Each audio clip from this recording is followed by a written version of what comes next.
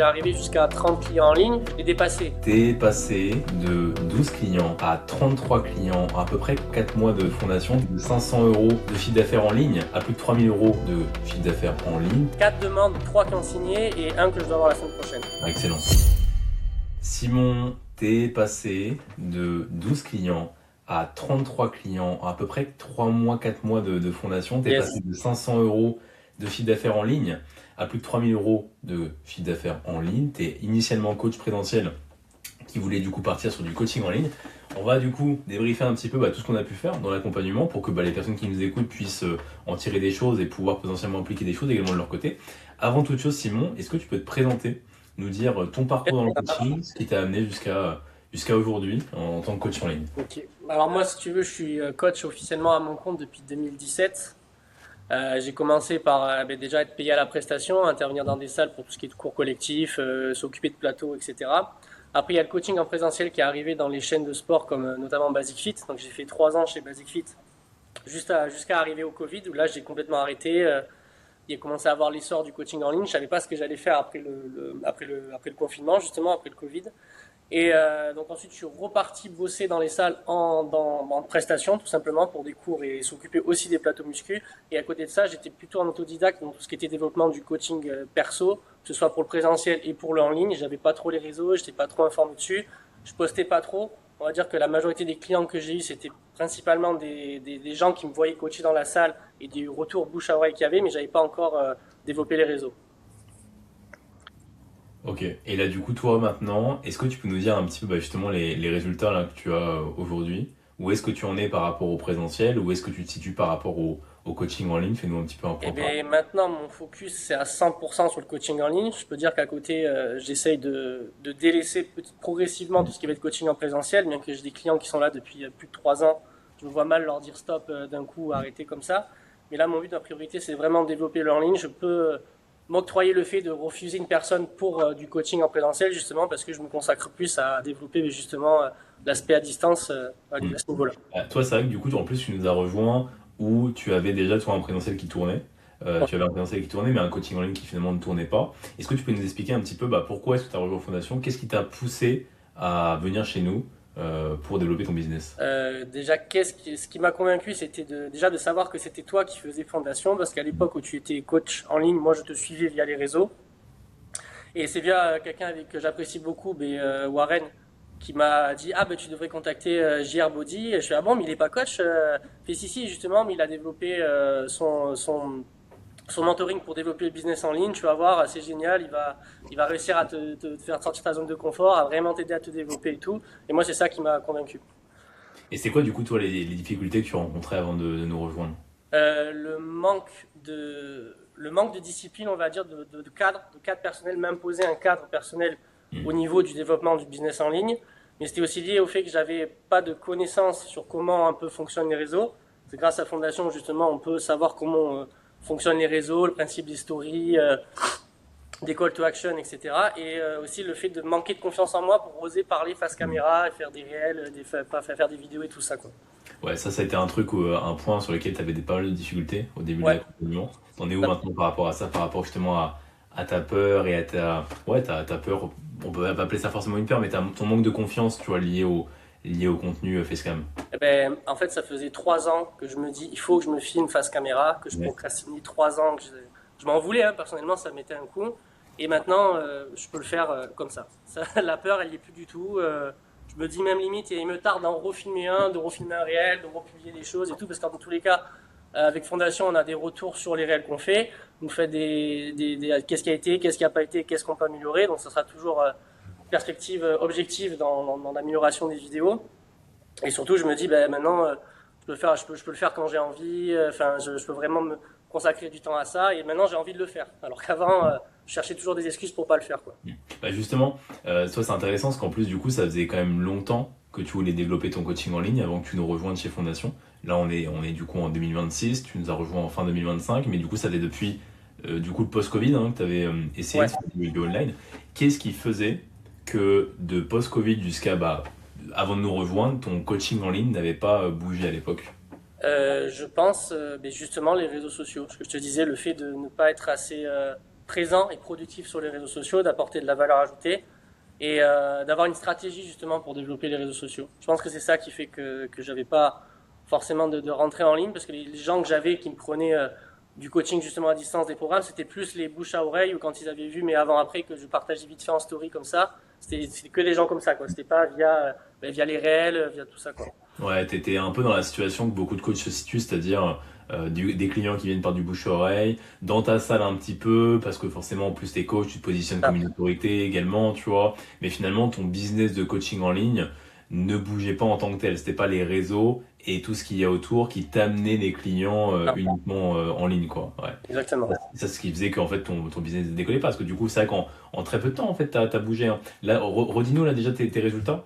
Où est-ce que tu en étais avant de nous rejoindre et où est-ce que tu en es maintenant d'un point de vue chiffre d'affaires et clients? Alors, avant de vous rejoindre, j'étais à 12 clients en online et à l'heure actuelle, officiellement, je suis à 33 clients en Très bien. online, en ayant gardé un petit peu de présentiel et tout ça. Et en chiffre d'affaires? Un chiffre d'affaires, je suis passé de 570 en full online à un peu plus de 3000 à l'heure actuelle. Ouais, très solide parce qu'en plus tu l'as fait en pas si longtemps que ça, parce que tu as eu quand même un bon pic à un moment donné t'es remonté très rapidement, d'autant plus, alors pas forcément au tout début je crois, mais au bout de quelques semaines, et puis même là ça continue à progresser. Tu m'as dit là, tout à l'heure, tu m'as dit que tu avais fait rentrer combien de personnes là en une semaine? En un jour, 4 demandes, 3 qui ont signé et un que je dois avoir la semaine prochaine. Ah, excellent, excellent. Franchement c'est très très bon parce que en fait ce qu'on veut pour qu'un business de coaching en ligne soit pérennisé, c'est juste avoir cette récurrence de genre 5-10 personnes qui signent par mois, tu vois. Si tu as Oui, 5-10 personnes qui signent par mois, ça veut dire que tu fais rentrer, on va dire, entre 700 et 1003, 1005 de chiffre d'affaires par mois. Donc en comptant du coup les drops qui peuvent arriver des fois par-ci par-là avec les clients qui arrêtent. Même si toi du coup tu m'as dit tout à l'heure que tu avais une bonne rétention, ouais, en plus vraiment. au niveau des clients. Donc ça c'est cool. Parce qu'aussi on a revu tes offres, de souvenirs, hein, on avait revu ta façon de délivrer au niveau des engagements. Tu peux nous dire un petit peu comment tu procédais avant et ce que tu fais maintenant? Je faisais des engagements, mais en fait, il fallait que les clients me payent les 3 mois d'un coup, par exemple. Si ils prenaient 3 mois, j'avais un tarif, ils me payaient les 3 mois cash. S'ils prenaient qu'un mois, j'avais le tarif qui était un peu plus cher pour le coup.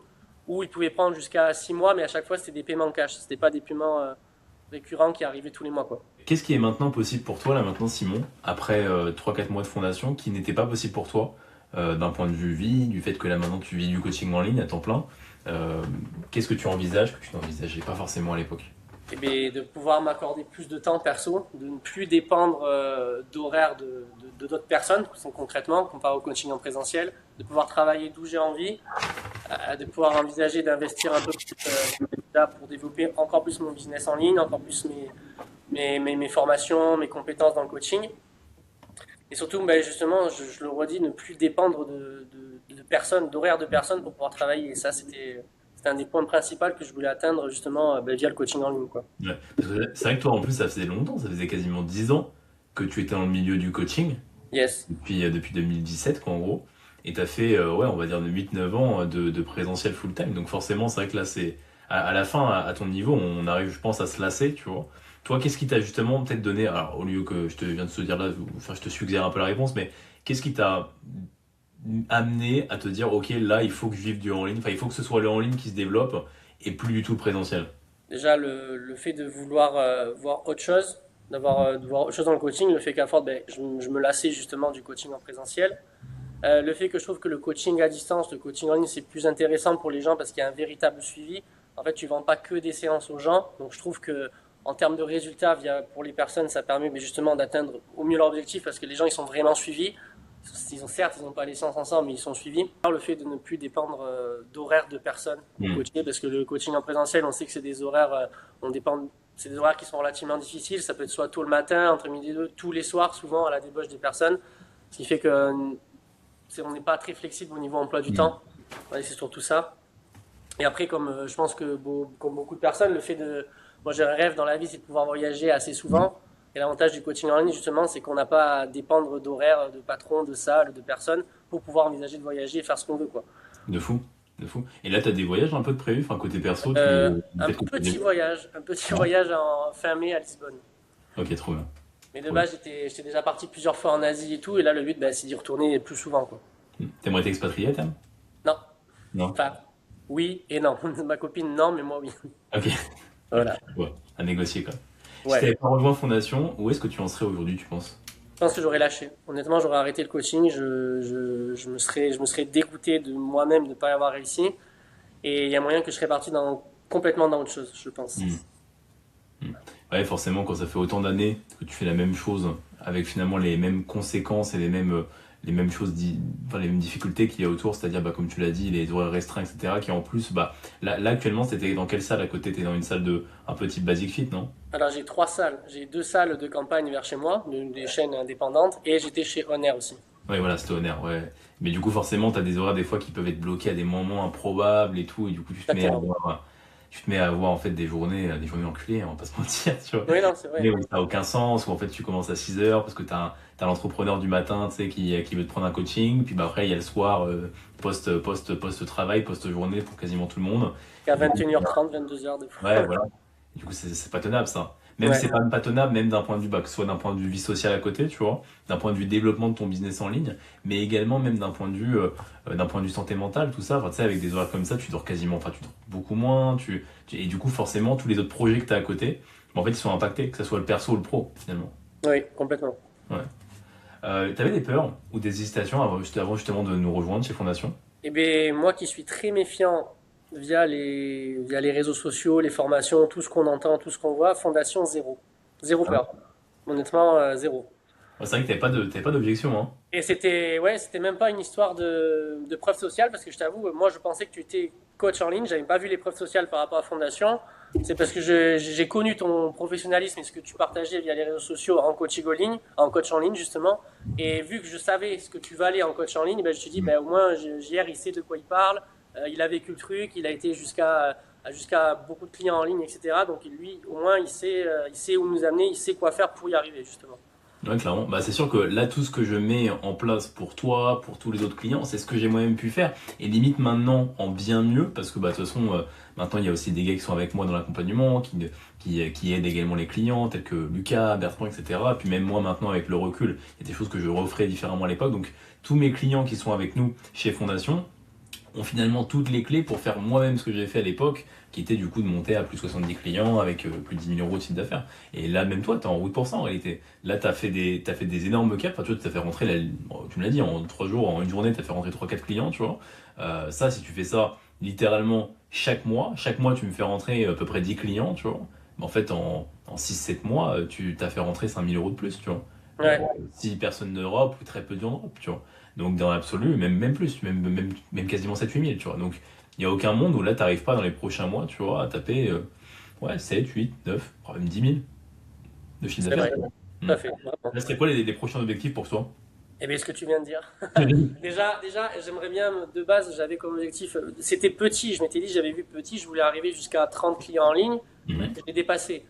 Donc je me dis, pourquoi pas, là, d'ici, je me laisse jusqu'à début 2027, fin 2026, je me dis, ben, si je peux atteindre 50, 60 clients en ligne, ça serait parfait, quoi.